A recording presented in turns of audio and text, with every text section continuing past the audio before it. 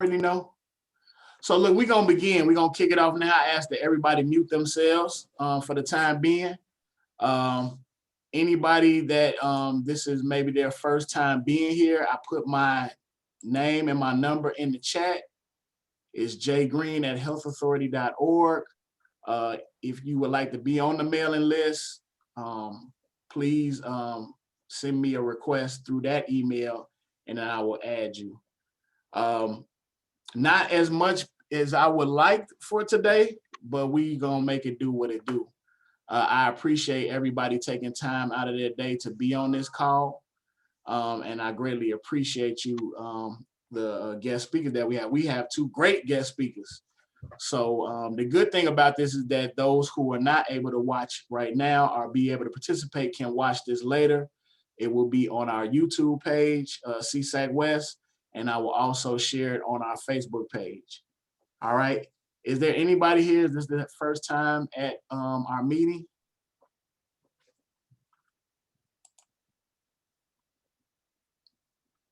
You can let me know.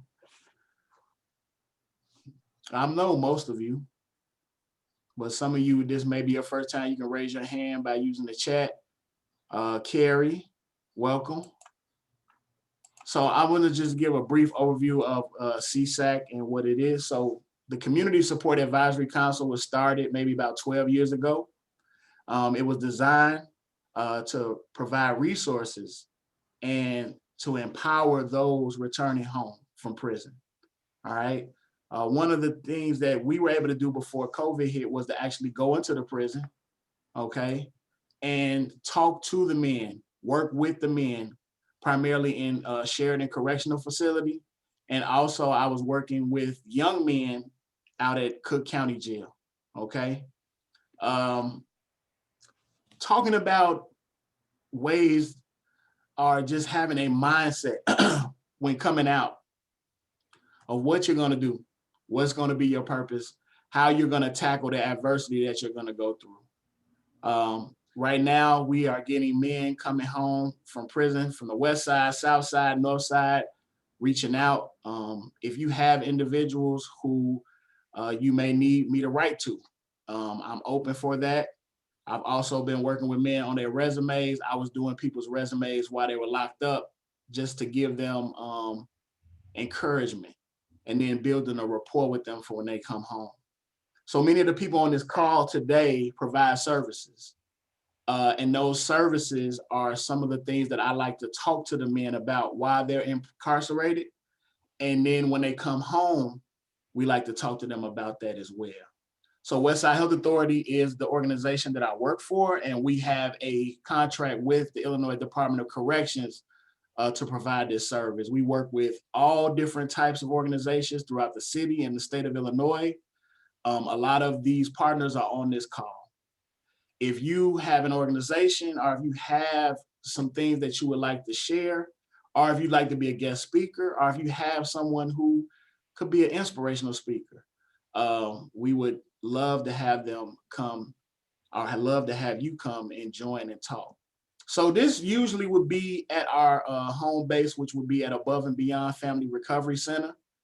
Unfortunately, because of COVID, we've kind of shut it down because based off of the pictures that I'm seeing, a lot of you are still working remotely from home. Many of you are going to probably be working remotely from home going forward. But I did want to bring up the option of possibly in June, at the next CSAC meeting coming up in June, that we would go back to having both Zoom and having physical meetings. That would mean that you would sit down, we would see each other face to face. Of course, Above and Beyond will make sure that we would be doing all of the social distancing, but we would have food. Because usually you guys would be getting ready to eat right now, right? So I hope you got your bag of lunch or whatever. I won't hold you too long, but I do want these guest speakers, take notes if you can. If you have individuals who fit this profile, maybe refer them to them, or maybe connect with your organization with them to find out how you guys can partner up and create some real change.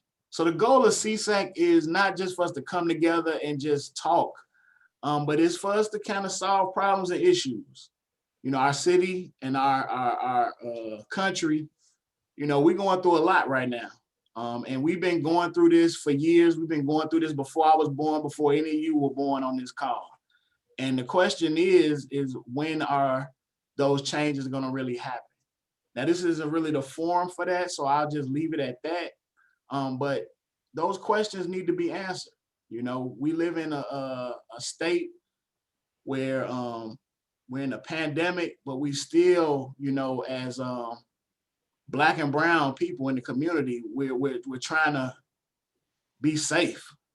You know, we're trying to have equality. We're trying to be free. And those things seem to still not be in the mix, you know. And why are these things still happening? Why is this violence still happening when we have so many other things that we have to tackle? You know, you can drive through the city of Chicago and see the homeless living up under tents all through the city. You see people on all types of different drugs, opioids, dope, whatever. What are the answers for that? But now we have to worry about, and we've always worried about this, my entire life, your entire life, of being pulled over and maybe not making it home. So I want to focus with Ms. Williams, who's not on the call, Ms. Kalisa Williams, on creating a Know Your Rights program. And I'm not talking about something where people just read from a paper and then they got some people just blah, blah, blah. I'm talking about some real Know Your Rights campaign with some real individuals who have information. I know one individual, I think his name is Mr. Chicken Dance. I know Mr. Horn probably knows him from icstars. He has a program where he breaks down the process of when you're getting pulled over, when you're talking to people, you know, just how we get through situations, because the goal is for us to get home the next day to our families, to our loved ones. And we have to understand the system that we're living in right now. So I digress. I just wanted to say that. I do want to send my condolences to the families of those individuals. We got a young 13-year-old in the city of Chicago. And then we got an individual in Minnesota. And then we got another individual in Minnesota that really kicked all this off last year, you know, with this George Floyd case and everything. So just something to think about. We are here to empower our returning citizens, but we also as a people, you know, no matter what color you are, we have to make sure that people are held accountable. You know, the individuals that are committing these crimes against, you know, people who pay salaries, and really get down to the root of these problems. And it's deep, you know, and this ain't the forum for that. So I leave it at that. So I thank you all for coming. I welcome you. And I'm glad that you took time out of your day. We did have a question earlier. Mr. Diggs, are you here to tell us about those programs, those lovely programs at Above and Beyond? Yes, I am. Good afternoon, everyone. My name is Stephen Diggs. I am a peer support specialist at Above and Beyond Recovery Family Center. I am also a certified alcohol and drug counselor. Above and Beyond is a substance abuse and alcohol treatment center, outpatient, where we offer 32 different amazing groups for people that have just getting out of prison, people just getting out of drug treatment, homelessness, people coming off the streets, and we have people that just walk in because they're tired of being sick or tired of getting high. Our objective is to help them or to navigate them to a life of sobriety. We have a housing program, we have an employment program, we do acupuncture, we do trauma, we do yoga, we also have improv, we have entrepreneurship classes and all kinds of things like that. We have 32 different groups, too many to mention, but you can come in and do an assessment. If you have insurance, you can use it. If you don't have it, somebody pay for it for you. It is absolutely free. You will come, you will do groups from 9 o'clock until 1 o'clock. Either you can come 2 days a week or either 3 days a week. We give you hours between 25 hours and 75 hours to complete the program. We also offer a free tattoo cover-up if you complete successfully. If you want a free tattoo cover-up, we will give it to you for free. If you got any questions, you can reach me on Stephen Diggs at Above and Beyond Today, or Melissa Hernandez at Above and Beyond Today. Thank you.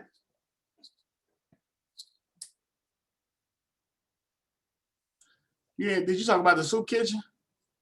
Oh, and we also have a food pantry in the soup kitchen. Pantry, I'm sorry, food pantry in the soup kitchen, which is located 817 South Pulaski. We are really doing pop-ups right now. We're doing it at Monday, Wednesdays, and Fridays from 1 o'clock until they run out of food.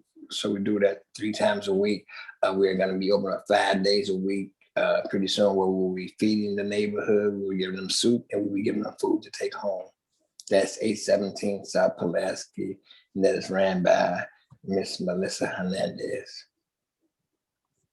For more information, you can contact me or Melissa at abovebeyond.today. Thank you.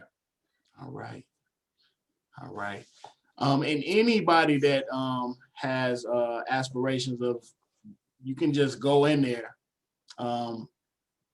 The protocol is up to par. You're not coming in there without a mask. If you don't have a mask, they'll give you one. You're gonna get your temperature checked. You're gonna hit the sanitizers. The same thing that you guys are all doing. They are up to par, but you can always ask for a tour, and they always do tours. You may have to wait maybe 2 or 3 minutes for somebody to come out of a meeting, but they will gladly take you on a tour. The work that they're doing at Above and Beyond is one of the first places that I spoke. It's one of the first places that opened up their doors to me. And it's just a great place. I mean, the work that they're doing. And then, I mean, Mr. Diggs is living proof of the work. You know, all of the people that have come through there is just extreme. And then I want to also give a shout out to Ms. Hernandez, all the work that she's doing as well. Melissa is doing great work, not only with Above and Beyond, but also with her own program as well. So kudos to her. And I know she's watching this later. So as always, we always start our meeting off with a brief prayer, and I will go into that right now. As I spoke, I know a lot of people just came in. Ms. Perkins, Ms. Cologne, how you doing, Queen? We want to, we want to speak or just rest in power to those individuals, that young man, the 13-year-old, and the young man out in Minnesota, and the countless others. It's just been so much, right? So I asked the Father, the universe, to continue to bless the people that's on this call, the people that watch this later. Continue to give us the strength to do the work that you have created and made us in your image to do. We walk in faith knowing that the work that you have put out here is not easy work, but I ask you to give us the strength, the resolve, and just the energy to get through these tough times that we're in. I ask you to bless everybody on this call, continue to bless our returning citizens, continue to bless our families and keep us in good health and keep us safe out here. And I ask that you continue to watch over me and give me the strength to be the best that I can be, and everybody on this call. Amen. So we got some people coming in, and then I will say, please, we can just go around, introduce ourselves, let us know what your organization is. And then if you have any announcements, save those, okay? Because I have a segment for that. So, because a lot of times people will go into a whole mini rant. Just let us know how you doing, what organization you're from. And like I said, if you are not getting an email from me for this, I'll put it in the chat again, because I know if you just jumped in, you probably won't get it.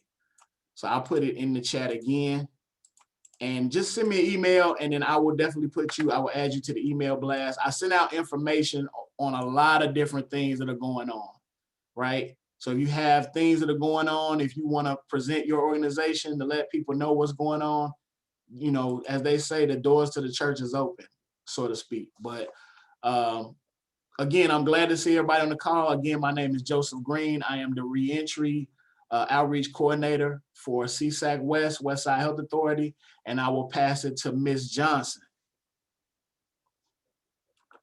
You gotta unmute yourself, Queen. And that's Miata Johnson. Yes. Oh, Miata Johnson. Okay, I was making sure you were talking about me.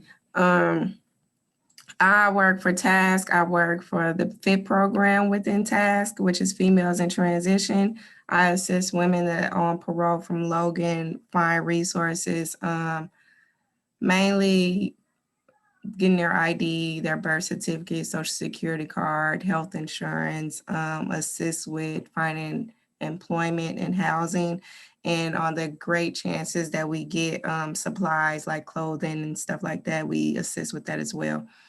And the FIT program is a small little program within the CTP program, which mainly works with Sheridan and SWIC. But I'm the woman, which is FIT, which works with Logan. And again, I work with TAS. I'm the lead case manager here. Oh, I don't know if he said this, but I've been with TAS for about 2 years. Well, yeah, almost 2 years now. Before this, I was with TAS prior, working with probation, drug offenders. That's it. Glad to see you on the call. Nice to see you too, and everyone. Ms. Cologne. Hello, everyone. Hope your day is going pretty well. My name is Celia Colon. I myself is someone who is justice impacted. I have my own non-for-profit. It's called God Giving Others Dreams. I holistically and my team serve other justice impacted women. We are a vessel that directs them and connects them to direct social services. I also work part-time for SAFER, so I am their CODA facilitator and organizer, which stands for Counsel on Thought and Action. I've been serving my community for 20 years since I've been home. So me and my whole team, we are a team of justice impacted women. And, you know, we're unique because we truly, truly understand the needs and wellness, the barriers, the healthcare, the safety of incarcerated and formerly incarcerated women and children. Glad to be on the call. Thank you. Glad to see you on the call. Ms. Wilkerson. Hello, everyone. My name is Taylor. I'm from TASK as well. I actually just started about a month ago, and it's for a new program we have going on called Super Soars. So basically, we're connecting some TASK clients with medical services at a place called Miles Square Health. So basically, just getting everything started, learning about some resources. This is my second time on the CSAC West call, so thank you for having me. And yeah, thank you, Mr. Green. I appreciate everything and getting to know everyone. Thank you. Thank you. Ms. Moon. Hello, everybody. Hey, Brother Joseph. My name is Maria Moon. I'm the Housing Justice Organizer with Chicago Area Fair Housing Alliance, and glad to be here. All right. I'm gonna pass it on to Dr. Drew Lee Hines.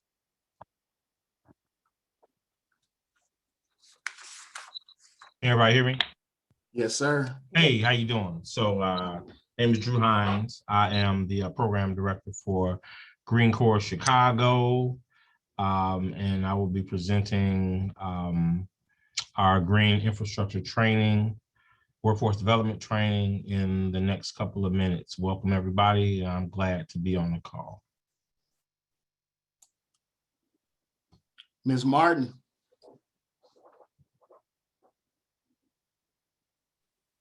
Hello, everybody. My name is Capricia Martin. I am an intake specialist with Legal Aid Chicago.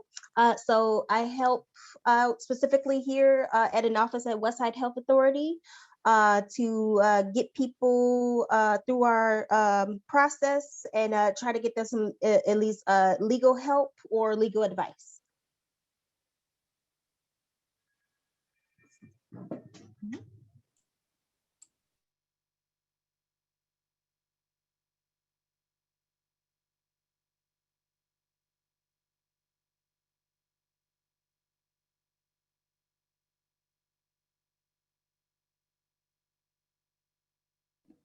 Brother Joseph, you keep muting yourself. Carrie.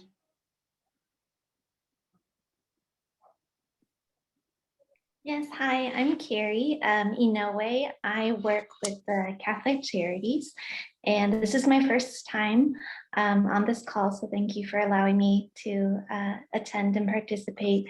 I'm working in a new program. It's called Service Coordination and Navigation, and it's for youth 14 to 24 years old who live in Austin, who either have historical involvement with the justice system or are at the highest risk of violence or being impacted by violence. So thank you for letting me be here.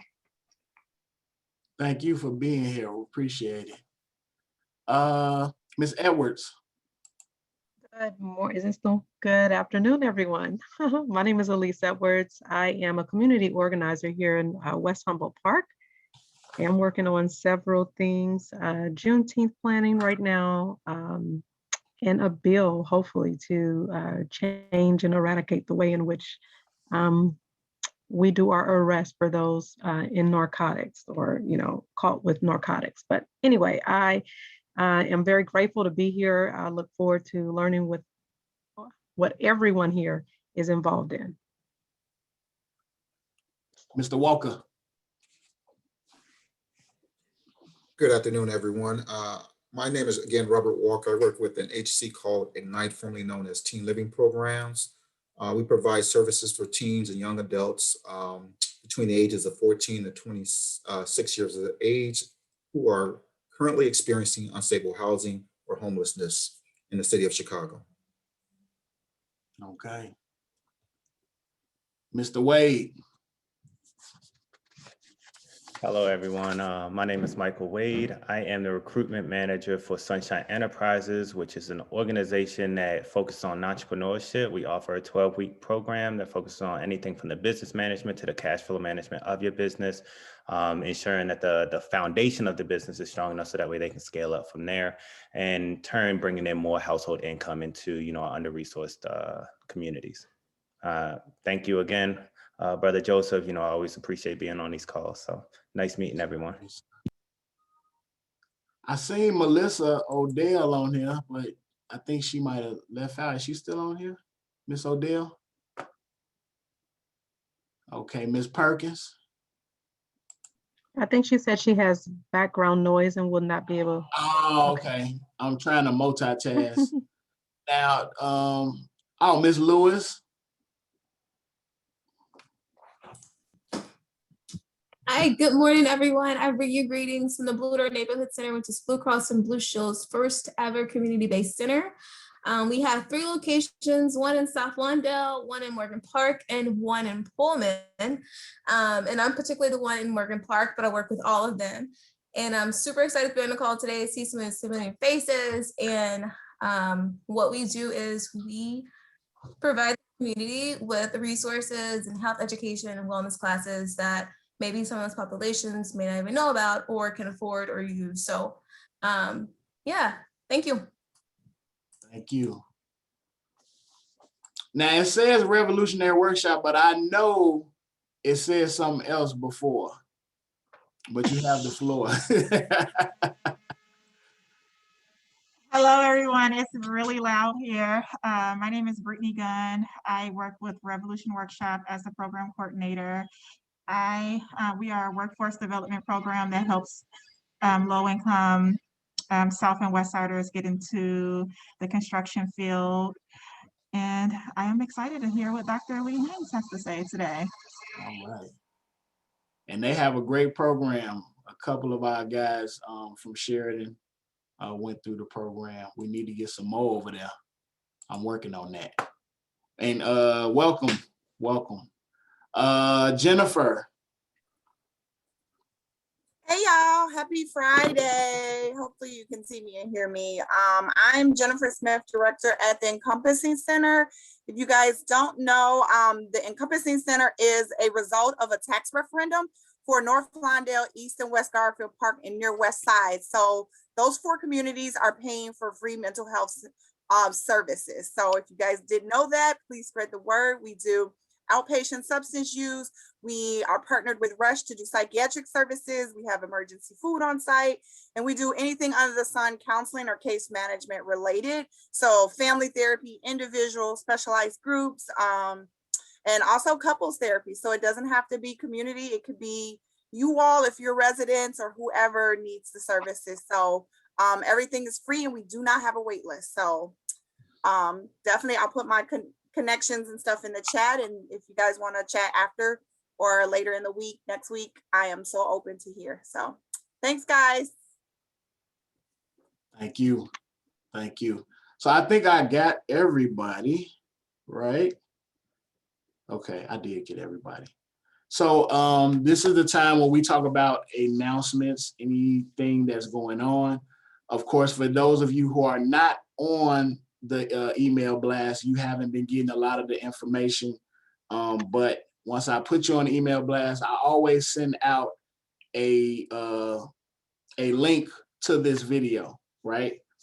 We have a YouTube page, and I'll put that in the chat. We also have a Facebook CSAC West page. These things were designed not only for you to be on there, but our returning citizens to be on there as well. Information is put on there daily or every other day, and it's just a quicker way to receive certain things that that I get.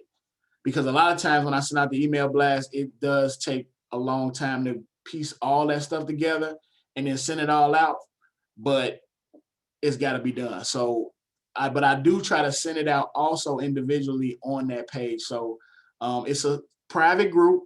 You know, you have to be, it's not like you can just join, you know, you have to be approved to be joined in. It's a secret group, not a secret group, but you know, you don't have to worry about your information or people that's being on there that are not on there for the right reasons, so to speak. So the floor is open. I'm kind of, you know, the floor is open for anybody, any announcements, anything that's going on, anything that you want to let us know that is happening that you are a part of. I know Ms. Perkins put something in the chat. You know, this whole, let me read it. I'll read it. And when you're done, can I wanted to make an announcement. Yes, ma'am. So she said, I won't be able to speak. Community engagement specialist. So she is working with the Neighborhood Policing Initiative. I'm also working with them as well. Just kind of giving input, even though, you know, like I said earlier, you know what I'm saying? I'm kind of like here and there, whatever, you know, with this whole thing with the police right now, but you know, we have to do our job, right? But they have to do their job too. Ms. Colon, I'll leave the floor to you. I just wanted to kind of just give out some more information about my non-for-profit, because I heard Ms. Johnson talking about she works with the women coming home from Logan, and if she gets clothes, they're allowed to give them, you know, help and dress the women. So I basically became when I came home for other women. I've been going back behind the walls. I've been home since the year 2000, been going back behind the walls since 2001. During Zoom, I was doing, you know, during COVID, I've been doing conversations via Zoom still with the women in Logan. What I do when women come home, me and my team welcome that woman home with everything under the sun, meaning I live in one of them zip codes. I'm still in South Chicago where we're underserved and under-resourced, and I know what that feels like. So when women come home, me and my team greet them. We do an assessment over the phone, find out what their needs are, where I need to send them, who I need to direct them to. I make sure we get their sizes. So we clothe women when they come home. We give them 2 weeks worth of interview clothes. We give them shoes, 4 pairs of shoes or more. We give them jackets, all depending on their size. I have a storage unit that I pay for where I keep all these supplies. I also give them everything you would need when you come home, so you're not stressing out your family. So from dish soap to laundry soap, I mean, hygiene packages, PPE stuff right now with COVID coming, being out. I give them $100 in cash because you know what? We're still 25 years later. People are still not being not leaving prison with an ID. A lot of us still have to pay for a birth certificate to get an ID, to get all the services and resources that are available. Nobody's not going to see you without an ID. So, there's not a lot of spaces that pay for helping you to get your birth certificate. And if they are, they're not in our neighborhoods where we need them. I'm speaking about South Chicago, South Shore area. I also work with Southside Tattoo. I have a collaboration with them, and I do free gang affiliated tattoo cover-ups. They take 1 client a week for me, or they could be nonsense tattoos. You know how sometimes people get like FU on the face or just something stupid. So I just wanted to let you guys know there are people like me, resources. It's not me, it's my team. I have an amazing team. And we go to the woman. So, we drive to them, and it changes the game. When somebody shows up at your house, when there's a village of women that look just like you, who understand this path that you're going to go through in this journey. And a lot of people take reentry as just helping somebody get started. No, reentry and trying to become a returning citizen, I don't even like that term, because even though my record's sealed, I still can't own a gun. There's still certain civil rights that I don't have. So I just say justice impacted. You're justice impacted for life. So when you show up at someone's home with a village of women that look just like you, who are non-judgmental, who are here to support you and pray for you, pray for your success, and just give you resources and say, hey, if you ever need me, just call me, I'm here. And I have that because as long as you have a record or your justice impacted, you're always going to have barriers. There's emotional, there's spiritual support, there's a lot of support that's needed. Guidance, it gets hard, especially with women. There's very little resources for us. There's very little housing for us, especially if you're a woman who needs to get their kids back or who have boys. A lot of spaces won't even take you if you have kids, if you have a little boy. So I work with a couple places that landlords and just a couple Precious Blood Ministries opening up a new women's housing facility. So whoever needs to get a hold of me, my email's there. I'll send you my number and let me know how we can collaborate and serve other people. All right. And I can speak for Ms. Cologne. She puts in the work. She's been putting in the work. She's been impacted. She has been impactful to the communities that she serves. And when she says that she's gonna do something, her word is bond. I could stand on that. Are there any other announcements, anything that anybody wants to put in the atmosphere? I just wanted to follow up behind Celia and say, kudos to you. Just like kudos. Everything that you said spoke directly to me. Just to let everyone here know, fingers crossed, prayers are up. I just applied for my 501c3. For about 18 years, I've been wanting a transitional home. I used to minister in the jail for about 8 years when I was in Texas, and it's always been on my heart. I went ahead and did it yesterday. Just put the work in, all I have to do is pay the bill. I'm waiting for her to send it back. I'm a long ways from actually setting up because, you have to get housing, you have to, I have a lot that I have to go through. But to hear already the things in which you guys are talking about, and for me, it'll be just for women, transitioning out of jail to be women. But I'm hearing this other component that maybe they're children as well. Anyway, so thank you. I'm learning from the group. I probably won't be able to contribute a whole bunch, but everything that I'm hearing here, I'm hoping that I'll be able to input that into the project in which I'm working on. So thank you. You're so welcome. And don't, feel free to reach out. I'm usually available via text.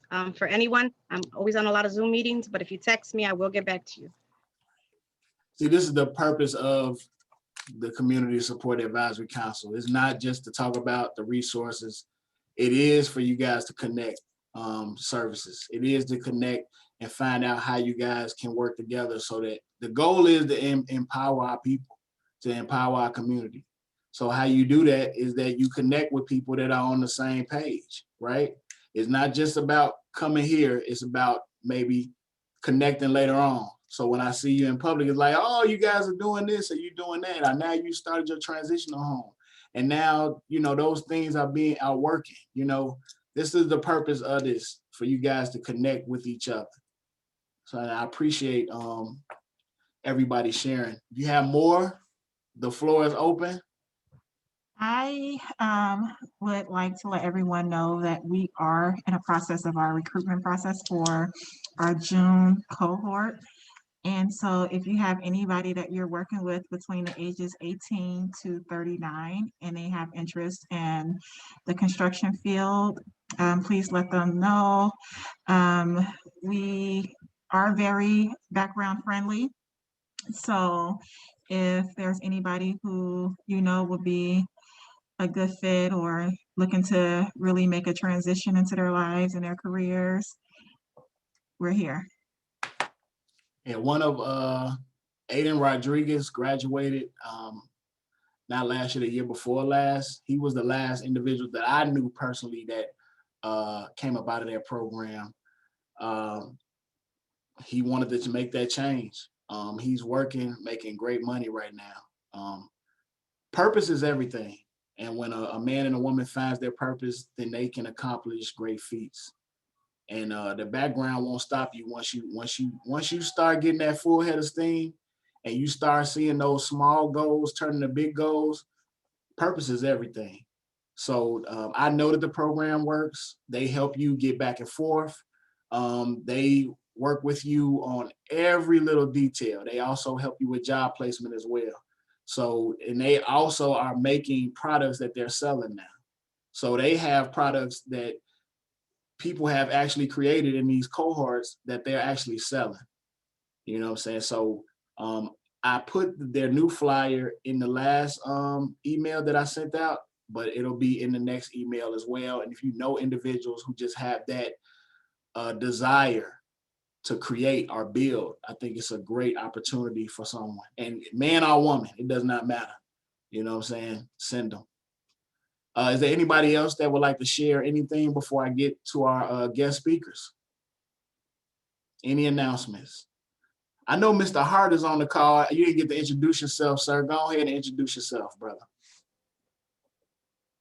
You're just not gonna let me just slip in. Oh, no. Come on now. Hello, everyone. Good afternoon. Richard Hart, Director of Pathway Forward. That's the Salvation Army Fellow Work Release on West Humboldt Park. Good to see everybody. All right. Good to see you, sir. You know what? George didn't introduce himself. George Ortiz, introduce yourself, sir. Hello, everybody. My name is George Ortiz. I am a community navigator for Chicago Area Fair Housing Alliance, and I'm here to network with other organizations. Sir, he did a great presentation last month. If you haven't seen it, let me put these things in the chat. I'm gonna put all these things in the chat when the guest speakers start. Definitely check out the CSAC YouTube page. It has all of the previous recordings. The one in January was very important because it talks about legal aid and how to get your record expunged. The lady, Miss Hernandez, she broke everything down on expungement, on record seals. The one in February was with Reverend Coleman, who's with our Good Neighbor campaign. He talked about what CSAC was, and it's just real conversations. Our guest speaker was Nazir Smith from CSAC North, who was a returning citizen, but he was helping people in prison get their GED, teaching them about stocks and how to build their credit. So this is a young man that's out trying to just conquer the world, right? Last month, like I said, we had Maria Moon and the Chicago Area Fair Housing Alliance talking about what they're doing. So every month, you don't have to necessarily be here every month. We want you to be here every month. But if you miss, you can always go back and watch those things now. Thank God for technology, right? Is there anybody else that has anything that they want to announce before I introduce our first guest speaker? Going once, going twice. All right. So our first speaker is going to be Mr. Dr. Drew Lee Hines. Now, I met this brother through Mr. Wade. And once we had that conversation, we immediately clicked. The Greencorps, what they're doing within our community is, you know what? I'm gonna let him tell you because I get to talking, right? Let him tell you about the program and all the work that they're doing. Mr. Hines, you have the floor. If you need to share, let me know. I can. Yeah, I do. I want to do a presentation. Do that right now before I mute myself. Okay. All right. So you have hosting ability so you can share. Okay. And the floor is yours, sir. Okay. First of all, thank you for giving me the opportunity to do this. Let me see, slideshow. All right, here we go from the current slide. Okay, can everybody see that? If they can, okay, cool. All right, so again, thank you for giving me the opportunity to present Greencorps. I am the program director. I've been here about 1.5 years, and this is a great opportunity for. I like the way Ms. Cologne said, justice impacted people to get into the green technology field. So, Greencorps overview. What can you expect from Greencorps Chicago trainee application and selection process? And Greencorps Chicago expectations from the partner social service agencies and community-based organizations. Greencorps Chicago has been a workforce development training program for the city of Chicago, and it's in partnership with WRD Environmental, which is our actual contractors who we work with us in city of Chicago.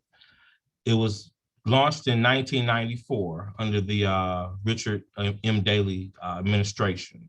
It's a green industry job training program for individuals with barriers to employment. It's supported by city and partners environmental projects. We do real world projects all over the city.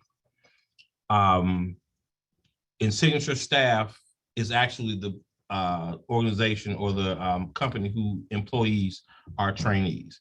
If you look at the arrow, this is kind of the organizational chart. It's the city of Chicago. We're housed in CDOT, which is the Department of Transportation. That's us, Greencorps. WRD is the contractor who we work with to do the training and workforce development. And Signature staff is actually who we pay to pay our trainees. So Greencorps promotes environmental stewardship and improving the quality of life in Chicago by establishing, maintaining, and restoring natural and public spaces that are safe, healthy, and sustainable through hands-on involvement with trainees. It's a paid green industry workforce training, paid, $15 an hour. We're gonna get to that to the next slide. They learn industry knowledge and skills, experience in working on real world projects. We also have job readiness and we teach life skills training. And we also have career guidance and job placement assistance after the program. It creates self-development and leadership, social awareness, cultural competency, industry knowledge and technical skills development, environmental stewardship, and community engagement, professional development and readiness and job readiness. Of course, again, it's paid, career advancement and job placement assistance. So the title of the trainee will be crew members. Usually it's like I said, 7 to 9 months. The schedule is from Tuesday to Friday, some occasional Saturdays, depending on the if we're ahead of schedule or behind schedule in the project. The hours are usually 7 to 4, and the compensation is $15 an hour. And it's approximately 30 to 32 hours, and they get a paycheck every week. These are the 4 areas that we concentrate on: landscaping, horticulture, ecological restoration, tree care, and green infrastructure. Let me speak on the ecological restoration. Ecological restoration basically is restoring the habitat to its into its natural form before we humans messed it up. Basically, that's what happened. And green infrastructure is where you take permeable land and lessen the impact on our sewage and our sanitation system. So if anybody knows that our sewage and our sanitation system in Chicago is linked. So when you get this back flow of water and it floods in your basement, you get biosolids and you get bioliquids, and y'all know what that is. I don't think I need to explain what that is. If y'all know, it's human waste. Can I ask you real quick, what is horticulture? What is that? Horticulture are plants. That's all. You learn about the different plants, and you learn about like, you have different trees. You have some trees that you might think were trees, but they once were weeds because they've been there for 50 years. So now they're big trees. So that's what, if you don't, pull a weed will turn into a tree. So okay. So then you can also get a pesticide license. I have a horticulture 1 and 2 degree. Oh, see, there you go. See, so she know what I'm talking about. Good, Ms. Cologne. So usually in terms of field projects, we are divided into a crew of 5. You have a supervisor and you have 4 trainees, which is, as you see the picture right in front of you. They train, learn, and they work together. This is what they call landscaping. And basically landscaping is taking care of the land, pruning, taking the weeds, the invasive species, to let the native species grow and cultivate and have a healthier environment. This is also landscaping in terms of like cutting grass and picking up trash. And that's basically what we're doing on the vacant lot task force. We're actually been assigned to do a lot of vacant lots on the south and west sides. We do plant projects. So we're planting trees along the Madison-Pulaski corridor this summer, and also the the Southwest Invest corridor on 79th Street as well. So we do sod installation, where, as you can tell on your left side, that is the film office up north. I can't remember exactly. I think it's around Hollywood. Actually, it's on Hollywood Boulevard up north, but that's the that picture right there is actually the film office. So that's again mulching. When we take mulch, we have what they call the chipper. We take the trees, take the branches, put them in this chipper, creates mulch, put the mulch into the trees to make it healthier, and also insulate them over the winter time. We built raised beds. So I'm not sure if you know that a lot of lands are contaminated. A lot of vacant lots in Chicago are contaminated. So you can't really grow, and the city will not allow you to grow beds straight into the ground. So we use raised beds, and that black seal right there is an engineered barrier. So they learn how to do that as well. And that is the hardscape, where we take up some of the concrete, some of the asphalt, and then we actually plant and put an engineered barrier so that we could use that and make that a green space right there as well, hardscaping. We do fence installation. We're doing a lot of, on your left, what you call split rail fencing. We're doing a lot of that. You see a lot of it on 79th Street in Inglewood. If it looks like that we probably did it. Greencorps, Chicago did their projects. And then we do demolition and construction. If you see that that wooden structure, that's called a pergola right there. So they learn how to build those as well. And then on the left side, that's a dingo. That's how you move heavy equipment, rocks and big stone boulders. So they learn how to use those tools as well. That's on 79th and Halsted. We did construction where we did the soil hardscaping, and we sodded, took the sod out, took the grass out, kind of leveled the field, and we started to put wood on there like we did right there. That's actually 79th and Halsted. That's the finished product. That's there right now. If you want to go by and look at it, that's actually what we did, Greencorps Chicago. So we do also do cleanup projects. So cleaning up around areas, especially on the south and west side, which we'll start to concentrate more in that area, in those areas, and also try to hire people from those areas. That is ecological restoration. So there are a lot of Chicago Park District have a lot of areas. You see a lot of that at the Burnham Park migratory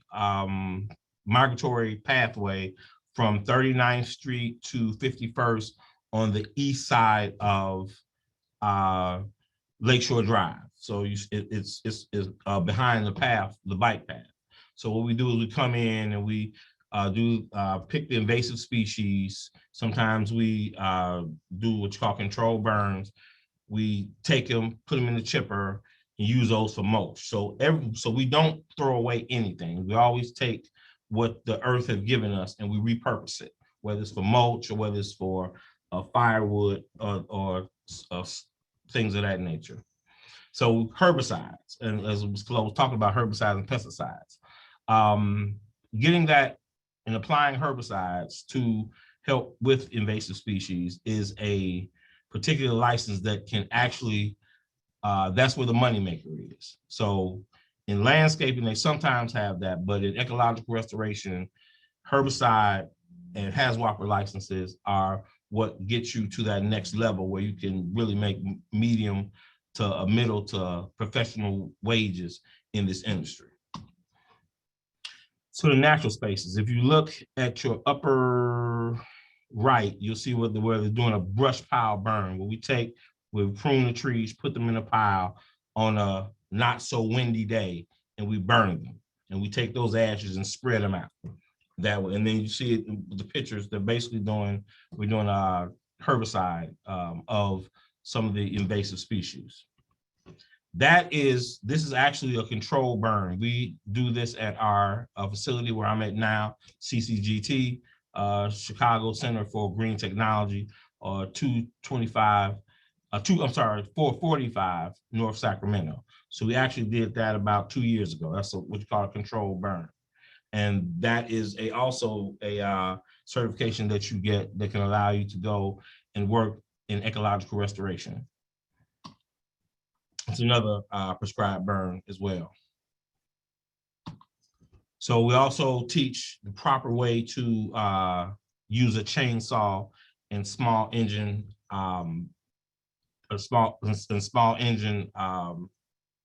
training.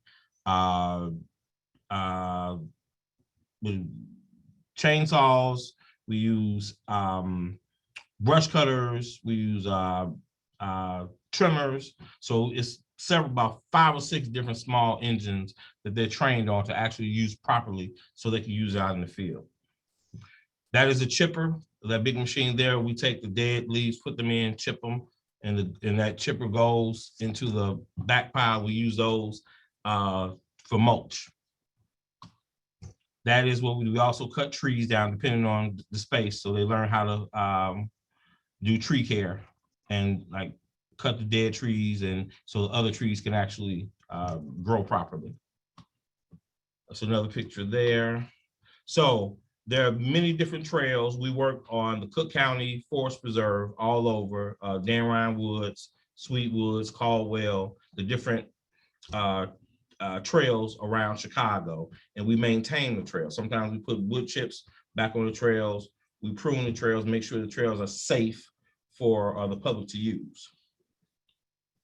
And this is a camping. So once a year, we didn't go last year because of COVID, but this year, mostly we go to the Midwest Shawnee, which is a Midwest National Park, where these individuals actually learn how to go into different natural resources, learn about the environment, and actually work for 2 weeks in the environment.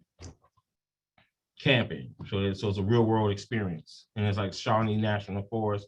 Shawnee is down by Ina, Illinois, about 3 hours from Chicago, 3 or 4 hours from Chicago in southern central Illinois. That right there is, that actually is Star Rock.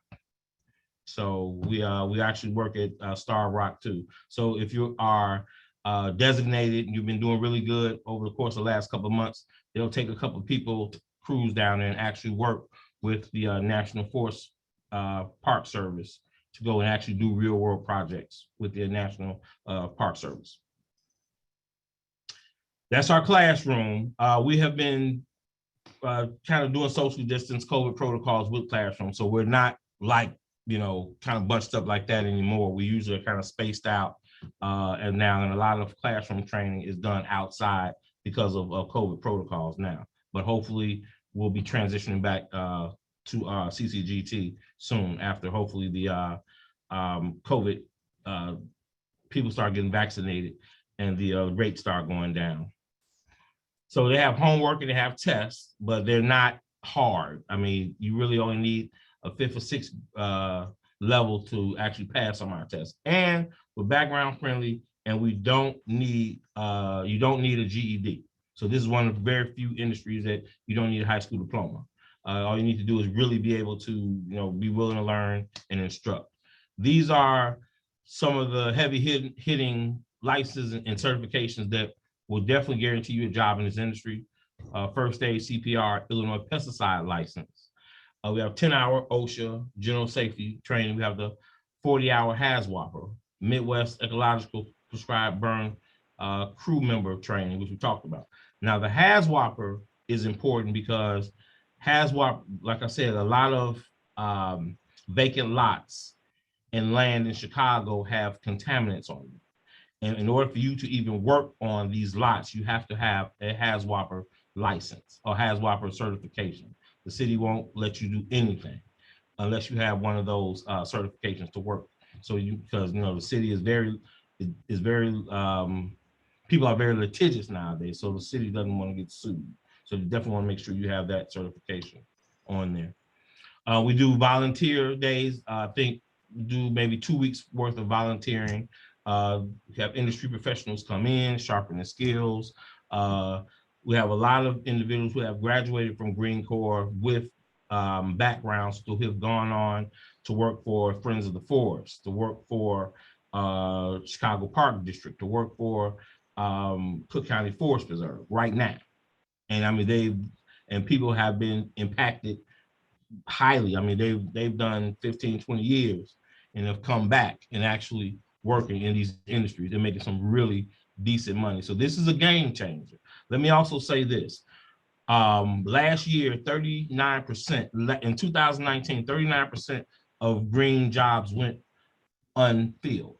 And that was in 2019. And we as minorities are less than 1% of the demographically represented in green technology. This is an opportunity for people to get into this industry and really make a serious impact. If this green infrastructure bill goes through federal, $10 billion, 10 billion with a B are coming through green infrastructure technology jobs. So it's a good opportunity for people to get with barriers to get into this industry. And like I said, this industry doesn't require you to have a GED. It's good to have one to have social mobility to move up, but it's not required to get into the industry. So professional training, you know, we have professional development, employable skills, and we also have case management services. Now, let me just be really clear. We are a workforce development training. We're not a social service program. So anybody who you bring through our program, we would love to have that social support outside of our training, because that's the only way it's going to make success. Like Ms. Colon was saying, the village has to be there to support. We can give them a paycheck, we can give them a job, we can give them the opportunity, but we can't, you know, we don't do the housing, we don't do the food, any of that, but we definitely can give them the paycheck and the job training. So how are they evaluated? They're evaluated 4 different: professional, workplace standards, technical training, attendance, and the volunteerism. That's how they're evaluated, each case-by-case basis. Okay. So these are what some of our graduates are doing now. Restoration technology. We have actually people who work for us full-time now with WRD that are project supervisors. We have people in the forest preserves. We have arborists. We have landscape maintenance foremen and crew chief. We have hazard material technicians that work for us. We have heavy equipment operators who, and these are people that have gone through the program and now they're actually in these careers. So the documents to be submitted, and that's the 2 things. You have an application process, documents submitted, enrollment application, and you have an interview process, the final selection, and then you have the open house. That's what we have. I can stop sharing. This is where I have any questions. Forever now, hold your peace. Do you help with transportation? No, that's nothing. No, we don't. But but they get a check after. Well, that. I mean, if before until they get their first paycheck. No, we don't. We don't. Okay. Like I told you, Big Joe. Nah, all we do is job train. That's it. Okay. We stay in our lane and we haul it. That's all. So. I have a question. Yes, ma'am. Where are you going to drop the link where we can share so people can apply? How long is the application process? Okay. Okay, I'm sorry. Go ahead. I'm sorry. And I would say, how long is the application process? And is there a waiting list? And okay, so who's the contact person? So it's good that you said that. So our citywide program has already started, but we are going to be hiring starting next month for Emerald South. So Emerald South. So in here's Emerald South. We got a grant from the ICJA, which is the Illinois Community Criminal Justice, and we'll be doing a recruitment starting in May through greencorpschicago.org. So, and what I'll do is we don't have the actual details yet as to when the exact date is, but I definitely will make sure that Joseph knows that, and I'll be sending it out to everybody in that. So, but it definitely be starting in May. And we'll be hiring between 30 and 40 people, maybe more, depending on how we. I'm sorry. And how long is the application process? Like, the application process is a month. So what we do is we have to do, unfortunately, submit via online. Now, in special cases, we will be able to have people bring in applications, but because of COVID, we have to really be real careful about that. But application will be a month. What you'll do is they'll fill out the application. Somebody will call them back. They'll have a phone screening.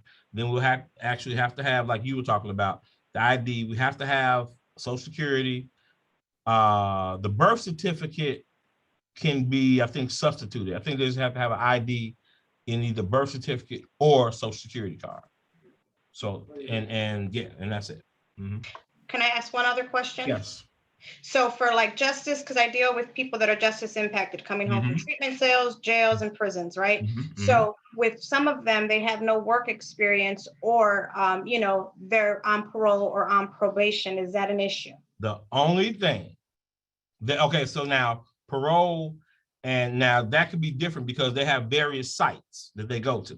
They may be on the west side one day, they might be on the south side one day, they might be up north. So I know with parole, I think it's sometimes the movement thing may be an issue, but we give them schedules. So the parole officer or the probation officer will know exactly what schedule it is. We have a 2-week schedule out. So look, this is it. If they're not there, guess what? That's on them. So they know, so we make sure, and we have worked with Cook County in the past in terms of the work release program. But we're trying to get back into working with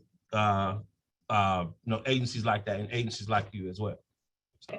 one other question. This is my last question. Okay, no, keep going. Okay, is there a physical part of the application process? Just because sometimes with certain jobs, and I'm talking about especially places like I work for, you know, myself and Safer, there's always a lot of warehouse jobs available for people with records. For a woman physically, that's not something we can do for long periods of times. You know, there's not a lot of women friendly jobs. And a lot of the times they make them do physical, you know, a physical kind of lifting of so many pounds prior, you know, in the application process. Okay, I'm so kind of looking out for my women and want to make sure that they don't got to go try to lift, you know, a 50-pound tree or something on their own. Okay, And they can't. well, let me tell you, one of our project supervisors, Ange, is a workhorse.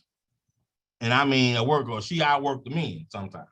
So if you can do the job, we do. But we do have a we did have it in the past, but we might come back to that because COVID has really impacted. Like last year, we didn't have the physical. We did like a one-day orientation / you know, tryout. But we may go back to this year. But I'm not afraid. I mean, you send anybody.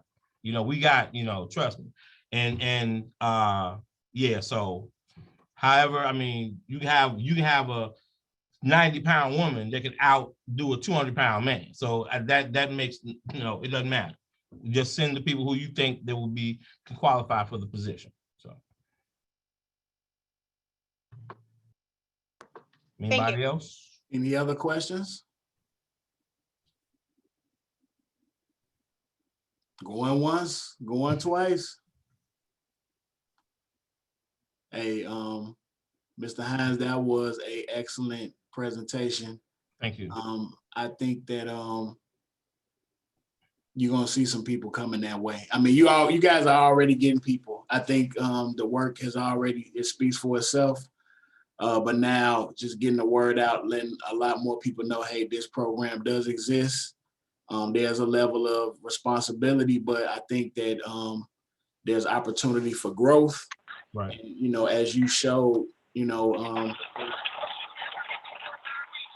let me mute you.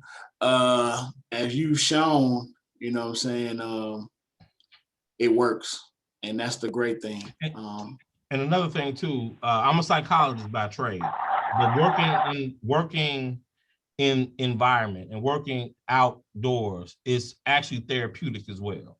So, and I know sometimes, you know, being just impacted, you know, being around people and crowds and stuff like that, you know, a lot of our justice involved people, which majority of them come in, they do well with this. They really do well. They get that zen, they get that wellness, they get that peace about working in this field. And it's really also like a social, like it's almost like an environmental social justice. Because not only are you healing yourself, but you're healing the land too.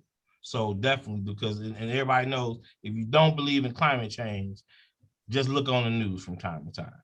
Yes, sir. If y'all didn't know, it's gonna snow next Tuesday. What? It's gonna snow next Tuesday. I just want y'all to know that. Now it was 60 degrees. It was 60 degrees last month. Matter of fact, it was 80 last month. Right. And it's gonna snow too. So I just want y'all to know. Okay. So I'm gonna shut up for now.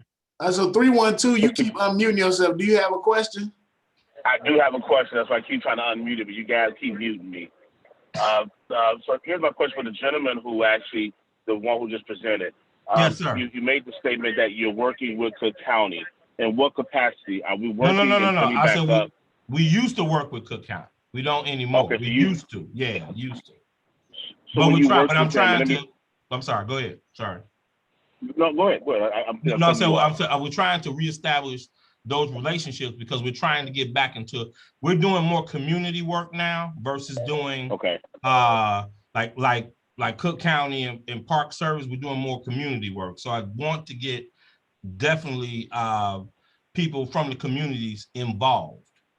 You know, I mean, I just believe that, you know, you got working a 13, 14-hour job and you have to go from the south side to O'Hare Airport, you spending half your check, you know, traveling versus being in the community and spending your community. That's how you economically develop, by staying local in your community. So we got some individuals that work on the west side, work on the south side, that actually live in these neighborhoods, and they can walk to work. That's how you can build that wealth. You know what I'm saying? Thank you for adding that clarity. So I guess because I am a community engagement person for Cook County Sheriff Department, so I wasn't certain if you were speaking for the position of those who are returning citizens or just those residents within Cook County, and that's what I was trying to get the clarity on. Oh yeah, no, well, we actually it's the city of Chicago. That and I'm sorry to say is that we only take individuals who, because it's a city program, so we only take individuals within the city of Chicago. Sorry about that. Gotcha. Thank you for that clarity, sir. Thank you, Mr. Green. No problem. 312. Who are you? I didn't know who you were. This is Paris Williams from Cook County Sheriff Department. How you doing? I'm good. So my phone is not working at the moment, so I had to call in from another number. So forgive me, sir. It's all good. Good to have you on the call, sir. Good to have you on the call. Yes, sir. Thank you. Yeah, but definitely, Mr. Williams, is Mr. Williams, right? Is that what you said, Mr. Williams? Yes, sir. Yes, yeah, sir. but definitely, I would definitely love to connect, because we really would like to reestablish and get some of these brothers off and sisters off the street in this job, because, like you said, it's background friendly, and we would definitely like to, you know, put something together soon, if you can, you know. Great. Let me apologize only because I'm driving, so I can't enter into the chat. So certainly, Mr. Green does have my contact information. Okay. So I would love for us at least be prepared to talk sometime next week, and let's kind of see if we can put some strategy to, you know, at least helping some of our individuals who've been out for a while. I would love to figure out, you know, what backgrounds would be considered for your program as well. Right. And just say the only background we do not take is sex offense. That's it. We take everything else. Okay. Everything. Great. Great. Okay. And anybody else on the call who would love the information, I've definitely put it in the chat. Call, email, however you want to do it. Definitely connect. Great. Thank you, sir. Okay. And y'all got his number because you can see it on the thing. Right, exactly. Shoot him an email. While I got you on the call, is there any announcements, anything for Cook County you wanted to announce? No, sir, but we get ready to do some stuff in a little while. So I believe by your next meeting, sir, you will have some more information to be able to share with the constituents. Yes, sir. Yes, sir. All right. Are there any more questions for Dr. Hines? Hey, Joseph, how you doing? Jerome. How you doing, sir? I got in late, but I just sent a chat to the doctor, Dr. Drew. So I told him to give me a call, you know, to refresh me on what he was talking about, because I missed it. Yeah, and then also I will be sending a link out probably by Tuesday of the actual video.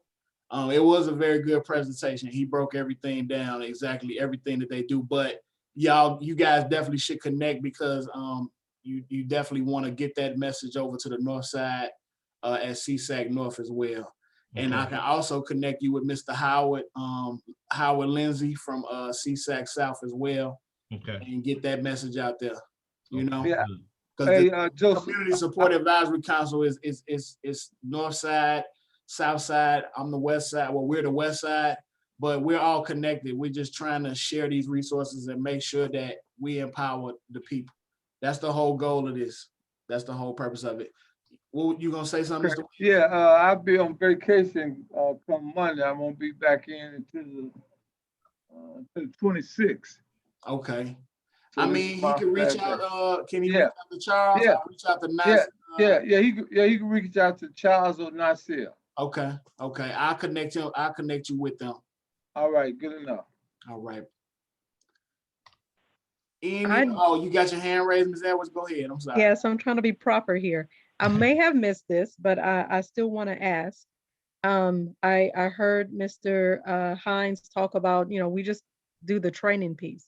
Mm-hmm. But, you know, what if there are other, you know, bridges that people need help crossing, like, you know, getting to the training, or, you know, I don't know, money to sustain them through the way. Do you guys partner with people? Yeah, we do. We partner with, and that's what we encourage, partnership. That's why I'm telling everybody on the call, we encourage partnership. But one thing my granddad used to tell me, I stay in my lane. My lane is green infrastructure, technology, workforce development, training. That's it. So we want to partner with, because the only way it's going to be successful if we partner with people such as yourself, Ms. Edwards, you know, such as Mike Wade. I've actually had several conversations with him. I've had several conversations with Mr. Green, you know, so just that collective, that village that Ms. Cologne talks about, you got the butcher baker and the candlestick maker, everybody don't do both, so that's all. That's just like if I send somebody to him, even though I asked them about the bus pass, we probably would give them a bus pass we would probably give them 7 days until they got their first paycheck here at Westside Health Authority. So right. That's an option. That's okay. I'm just thank you. That makes me feel better. Thank you. Yeah. So we wish we had money like that, but we don't. Right. So it's all we got. But thank you again. I appreciate all of you all.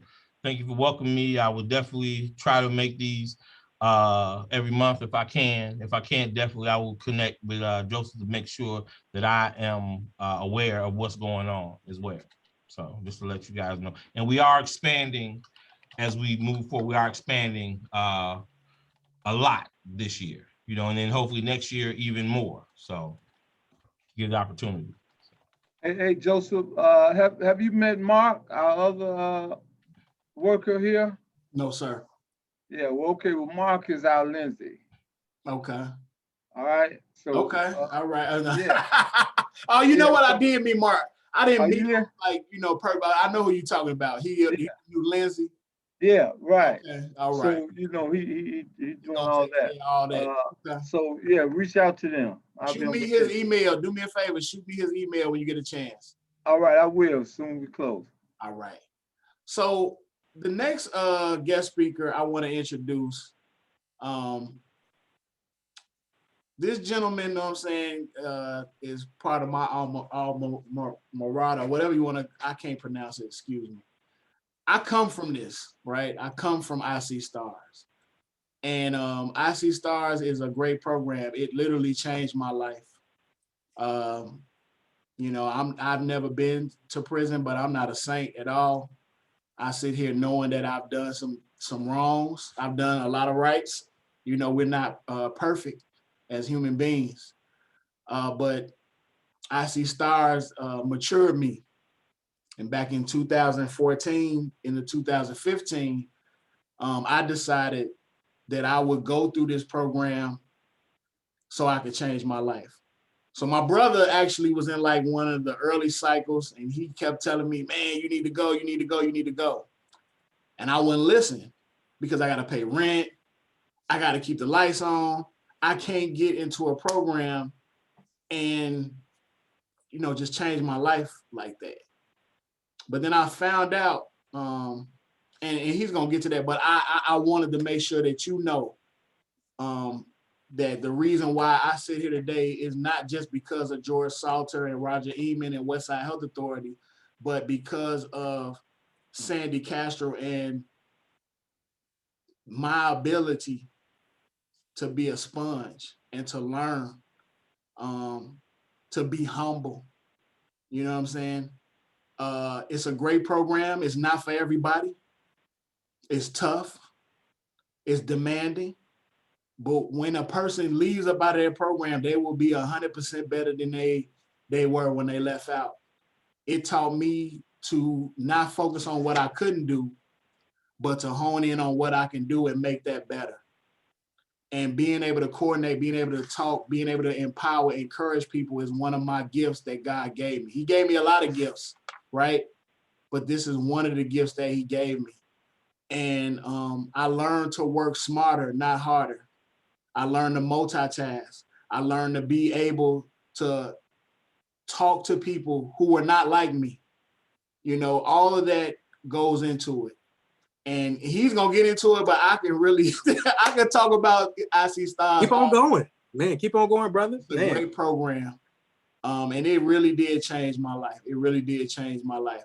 So when he reached out to me, I was just really excited.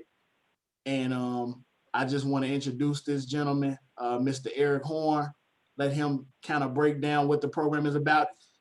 For those, he's going to give you the stipulations, but I'm telling you right now, I know people with gun charge, all types of backgrounds that are working in tech fields, doing amazing things with all types of backgrounds. It's all about how a person presents themselves and the willingness to be able to really go at your purpose, man. When I found my purpose, I'm flying, and that's what I try to teach when I go into the prison, purpose. So I could talk about it all day. Let me introduce Mr. Eric B. Horn from icstars. Joseph, you could have kept on going, brother. Man, you could have kept on going.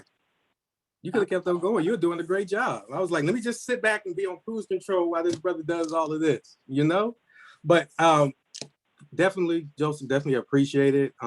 You are a product of the program, and I asked around about you, and very, very solid individual, right? So your name speaks volumes within the icstars community. So thank you for the conversation. Thanks for the follow-up. Thank you, and everybody who's on the call. I definitely appreciate it. So I don't have a PowerPoint. I would rather just kind of talk to you guys so it can be an overall engaging conversation. But at a high level, my name is Eric B. Horn, and I'm the recruiting manager for icstars Chicago, which is a IT business and leadership internship, all roll into one. icstars has been in existence for about 20 years, and the main purpose of the program is to provide individuals in the inner city with the skill sets, the leadership skills, the hard skills and the soft skills, so they can not only be very good in IT, but to run circles around individuals. That's my biggest thing. You take people who are the have-nots and you empower them with everything that they need to start to have, in a sense. Like Joseph said, the overall process, it is grueling. It is tough, but that's like the concept of a piece of coal turning into diamond. You got to have a lot of pressure for it to shape and mold. And that's what the overall program is about. Just a couple of benefits of the program, even before I get into the nitty gritty. So anyone that goes through and graduates from the actual program, is an 82%, it's probably higher now, an 82% job placement rate. So anyone that goes through the actual program, they're, I won't say 100% guaranteed a job, but we have relationships with a lot of small to mid-sized to large companies that are looking for IT talent, right? From a statistics perspective, there's right now between 500,000 and almost 1 million tech-based jobs. Technology is not going to stop. It's going to accelerate even more. And the more technology there is in the world, the more people that need to manage this, to create it, and things of that nature. Unfortunately, when it comes to IT, we in the communities that we stay in, we really don't have the means of the technology, or we don't have individuals that will take the time out to empower someone to learn about this stuff. And this is where icstars come into play. After the program, I talked about the job piece, but even from a salary perspective, because there's certain demographics, and I'll talk about that in a minute, to someone to be considered for the actual internship. But just from a salary perspective, because a large portion of people who go through the program, they have options to go to school to continue their education. But the main thing is to get a job, right? You want to learn a new skill set so you can actually work for someone or have your own business, thus utilize the skill sets to provide for yourself, and even if you have a family. But the average salary increase for someone that graduates through the program is 300%. So you have someone that can possibly, who may come in that's at the poverty line or below the poverty line.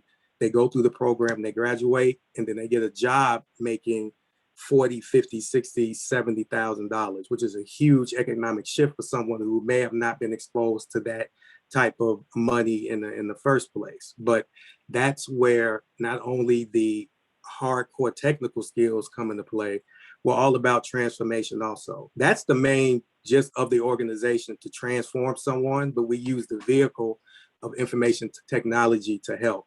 And that transformation also help them out with their leadership skills. You know, just everyone's a leader, regardless if they think they're a leader or they're not. So the program with icstars is designed to force you to bring out your overall leadership skills.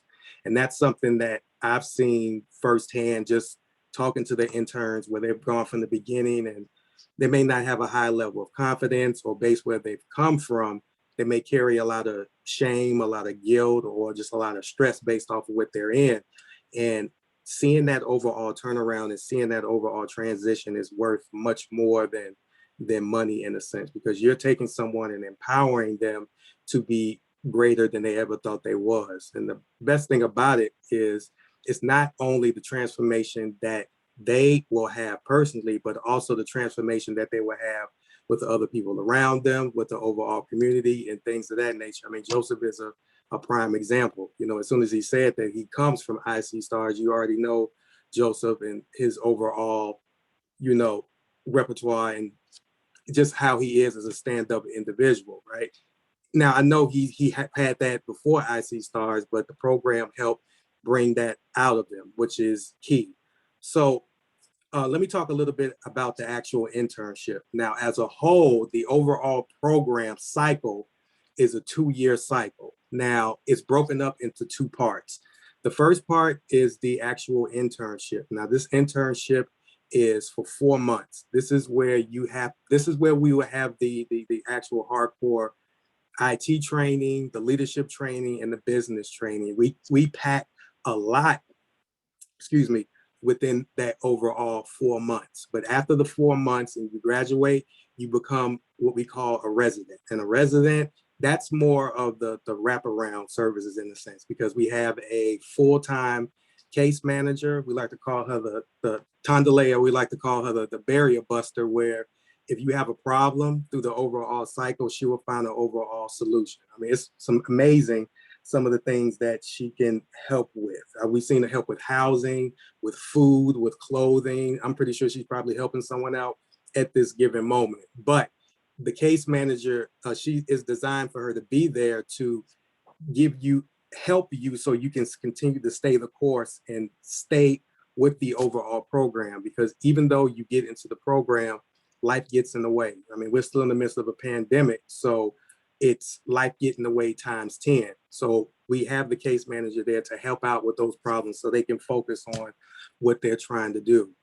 Also, we have a full-time workforce development talent manager, and her job is to help the interns find opportunities. And based off of the last cohort that we had, which was cycle 47, I think out of the 17 that's graduated, 14 have jobs, and they received these jobs maybe like within a week or 2 weeks after them graduating, right? So the proof is in the overall pudding.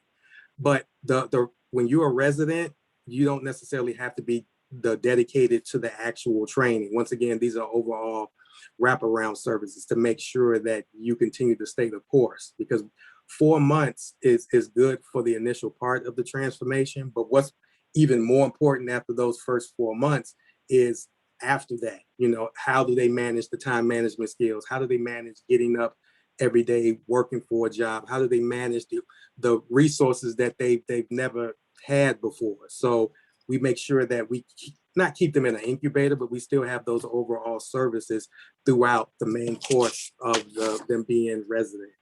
Let me dig a little bit deeper into the actual internship as a whole. You have, within those 4 months, but the interns are going to work at least 1,000 hours. So let me be transparent. While you're in the actual internship part, and I think this is where Joseph was talking about, this isn't for everyone. It's for those 4 months, it's from 8 a.m. to 8 p.m. Monday through Friday. So it is a huge stretch, right? This is where it kind of separates the people who really want it, in a sense. With it being a pandemic, it's a little bit easy right now because you don't necessarily have to get up, take come down to the actual studio, everything is done 100% virtual. So you can just pop open your laptop, which is one of the things that we offer you from a resource perspective, and you can have at it. But it's 8 a.m. to 8 p.m. and we have a strict no tardy, no absentee policy. So we want to make sure that you have a full understanding that, see, Joseph remembers that, you have a full understanding of we are very serious and you have to be on time and there are no excuses. We take it so seriously that if you miss, if you're late, you can get on probation, but if it's a continuous behavior, you will be fired. Now, we're not cold individuals. We understand there may be some emergencies, but you just not wanting to be, you not wanting to log in today and learn isn't an emergency, right? Because if you have this type of behavior, meaning that you're really not taking it seriously while you're in the internship, you will get eaten up when you get out there in corporate America, because they're not going to take the time to say, hey, you need to do this, you need to do that. They're going to fire you on the spot and then look for the next individual, which will be a wasted opportunity. So once again, I know I sound like a broken record, but 8 a.m. to 8 p.m. But as you go through the overall program, some of the technical training specifically is more from an application development perspective. Because when it comes to IT, the industry is so big, you have so many endeavors that you can get into, but this is strictly from a application development, which is huge because application development is one of the highest paying fields within IT. But then also from a leadership perspective, we have something called high T presentations. And high T presentations, long story short, every day, Monday through Friday, you have a IT or a business leader come in and actually talk to the interns. And that is the perfect opportunity for the interns to see what they can possibly become after they graduate. But also get some insight on what's it like to work in the business that they're in, what's it like to work in the actual industry. And one of the things that we highly recommend the interns to do is these are perfect networking opportunities, because these are high-level individuals that most people will not be able to gain access to. And that person is right in front of you, giving you advice and answering your overall questions. And the best thing about it is they want to help. They want to provide you with some insights, or more importantly, some of the mistakes that they've made, so you wouldn't make those in the process. They're just not playing the part and just trying to do it for their own, publicity. They want to actually give you the game, give you the understanding of what's going on, so you can use that information to better yourself, right? I know I kind of said this in the middle of the presentation, but since we are still in the midst of the pandemic, the cohorts at this point is 100% virtual, because we want to make sure that everyone is safe, but we still have a job to do, and we still want to make sure that we empower the interns and equip them with the knowledge that they need to learn. But as the world, or when we figure out when the world or the city starts to open back up, we're still going to figure out a more of a hybrid model where, some people will come into the office one day and vice versa, because the real connection is when the cycle mates work together and they're talking and they're collaborating and they're vibing, because there are going to be some situations where they're going to have to work together, and work together in some situations where they can only depend on the person that's to the left of them or the person that's to the right of them. And that forges a strong bond to get to the point where they start out as strangers and then they end up as family. It's amazing. But since it is being 100% virtual, they still have those avenues to collaborate, but we would prefer for everyone to be in the office, but we want to make sure that everyone is safe. So at this point, it is still 100% virtual. Let me go over a little bit of these FAQs, because I know we got 15 minutes left. So there is a stipend amount. So the stipend is $200 a week, which equals to $800 a month.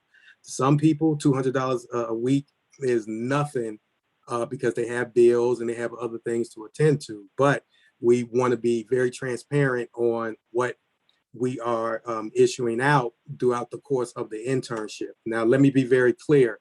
The $200 a week, $800 a month is just for those 4 months of the internship. However, if you go through the internship and you do well and you get a job, you're really not going to, you're going to be paid a great salary with your new job. So the $200 a week, $800 a month is just to sustain and hold you down as much as possible. But we've seen some people that utilize their weekends because they want to be a part of the program. They're in the program, but they're working on the weekends also. So there's ways to figure it out. But, you know, once again, I want to be fully transparent on what the paid stipend amount is. Is there a deadline? Right now, I'm doing heavy recruiting for the next cycle, which is cycle 49, which is slated to start August of 2021. So even though we are a couple of months out, I'll touch on this in the next part. I would highly recommend, if somebody is interested, start the application process now. And the reason why, the application process is a process within itself, right? It's not just you kind of sit back and fill out one part of the application and that's it. There is a process that I'll talk about in a minute. So the sooner you start, the better. If you have individuals with a background, which is a perfect question for this platform, we are background friendly, right? We just actually, I just helped someone who does have a background and they made it all the way to the internship. However, I want to be transparent. Based off of some behavior pieces, he didn't make the cut, unfortunately. I like to be very transparent. But just because he had a record, that didn't mean anything to me. He was very sharp. He was very diligent. He actually, Joseph, he finished the newbie debugger the first time around. So right then and there, I knew he was a very sharp individual. But the newbie debugger is one of our problem-solving activities. But if there's someone who has a background, we are open to that because you have a lot of people who are returning and want to, you know, they have an interest in IT. Will there be drug testing? No, we don't have any type of substance testing. However, I tell people you want to treat this like a job, right? Show up as if you are making that $50,000, $60,000, $70,000 job. So whatever you do on your personal time is your business, but don't show up to the training inebriated. So the last thing I want to talk about is how the requirements on how you apply, right?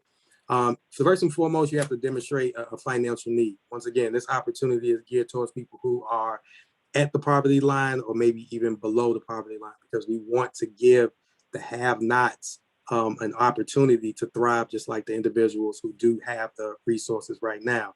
You must be at least 18 years old. Anybody, any ages prior to that, unfortunately, we can't take you. So the sweet spot for us is between the ages of 18 and 40. Now we have had some individuals past the age of 40 that get into the program, but that sweet spot is between 18 and 40 years old.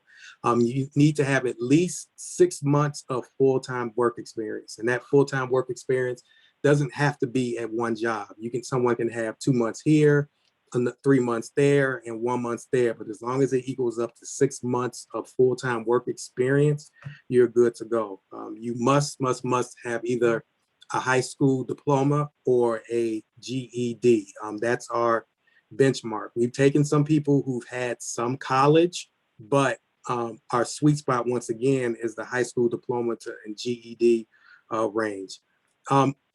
Even though it is 100% virtual, you will still have to come downtown maybe once or maybe even twice. One of the reasons why you may have to come downtown would be to actually pick up your equipment, because the resources from a number standpoint, each internship seat is worth, I think, $20,000 to $25,000 worth of resources, which is your laptop, the overall training, to access to other resources. So we invest in everyone who actually get into the internship. So it's not cheap. So it may be a situation where you have to come down, fill out some paperwork, pick up your equipment and things of that nature. But once again, since we are still in the midst of a pandemic, 99.999% of the internship is done virtually.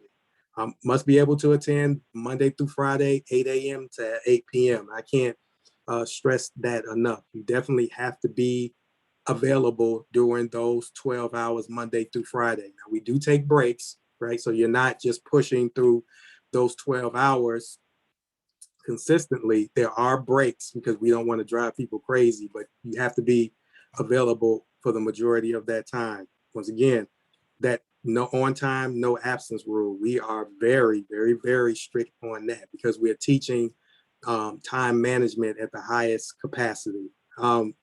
Last but not least, the actual application process. Like I said before, it isn't where you just fill out the information and then you go about your business. There are 7 steps in the actual application process, and each step is graded, right? Either by myself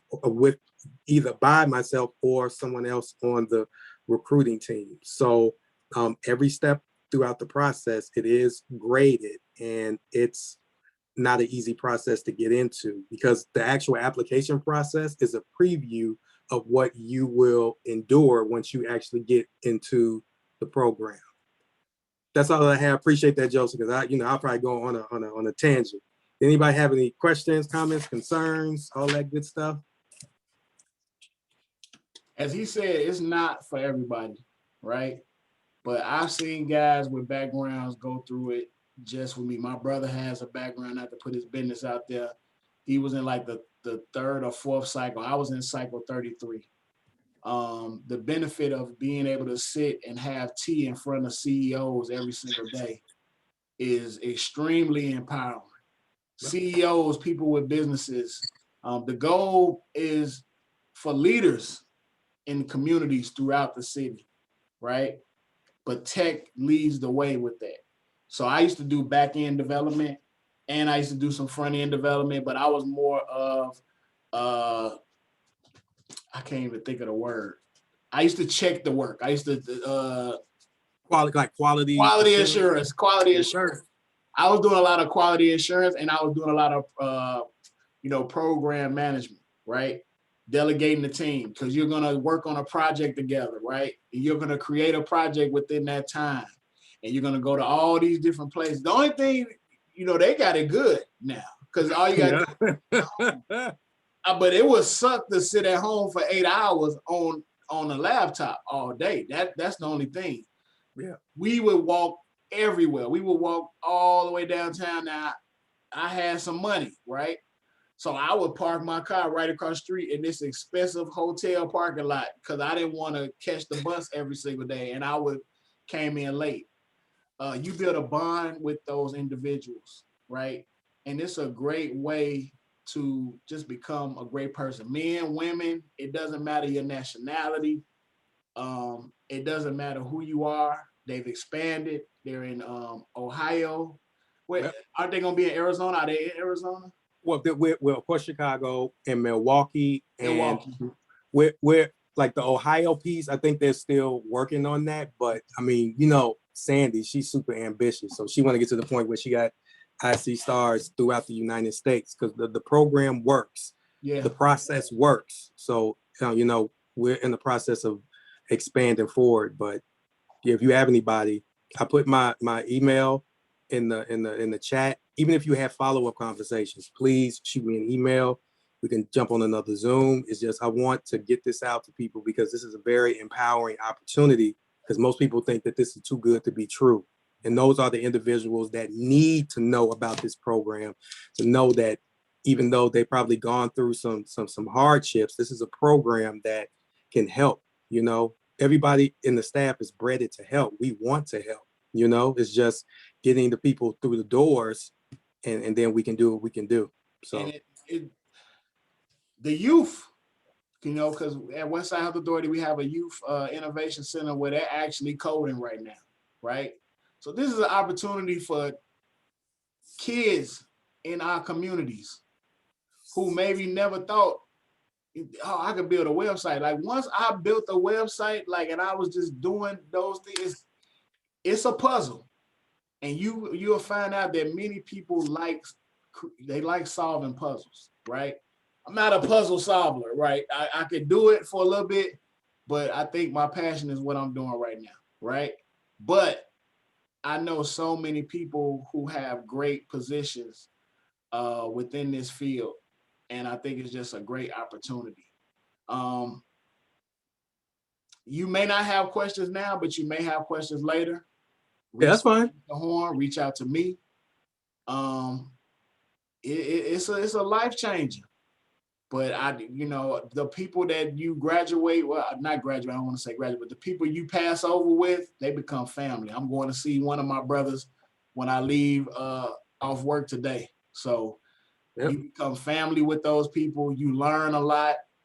And this was around the time when a lot of things were changing with the way life is today, and I had to learn to, take them old ways and change them, and I used to be a cocky, you know what I'm saying? And now I humble myself. So it's a great opportunity. And like he said, it's not for everybody, but when you go through it, you will come out a whole nother person. And it's so much fun. It seems like it's hard, but it's fun. Every single day is fun. Them 8 hours, those 10 hours fly by very fast. It's not a boring time.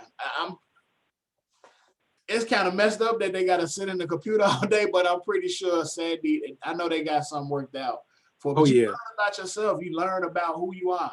You're an introvert. Are you an extrovert? You learn about your pros and your cons. You talk about your history. You meet people who are doing life-changing things. So I can talk about icstars all day. I'm gonna be doing a tea pretty soon and talking to young people that's coming up.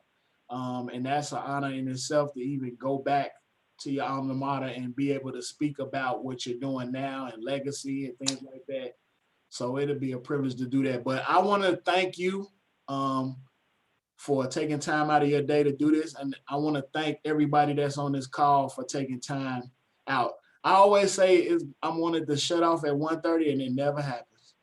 It always goes to 2, but I feel like the message is there. The information is there. We're all here to learn, inspire, to be able to connect with each other. And I think that's just a great thing. So I appreciate everybody taking time out or your day.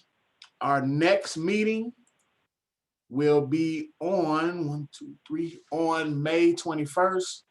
And I will be sending out an email blast for the next meeting on Tuesday with the link to this. If you are interested in presenting your organization, your things that are going on with you, shoot me an email, man. That's the only way that people are gonna know truly what you're doing and how they can be involved is by sending an email to me and then us setting up that time. And I do a great, I sent a great letter and everything to let you know and that we appreciate you. And I do appreciate everybody that was on the call earlier, those who left and those who are watching now. Have a blessed day, be safe, and have a great weekend. And we will see you back next month. All right? Thank you. All right. Thank you. Have a great weekend, everyone. Be safe. Peace and blessings.